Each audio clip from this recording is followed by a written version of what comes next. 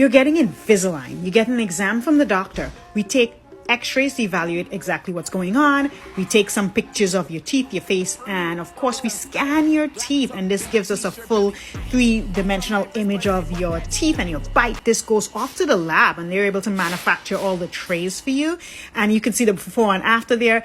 The trays are sent back and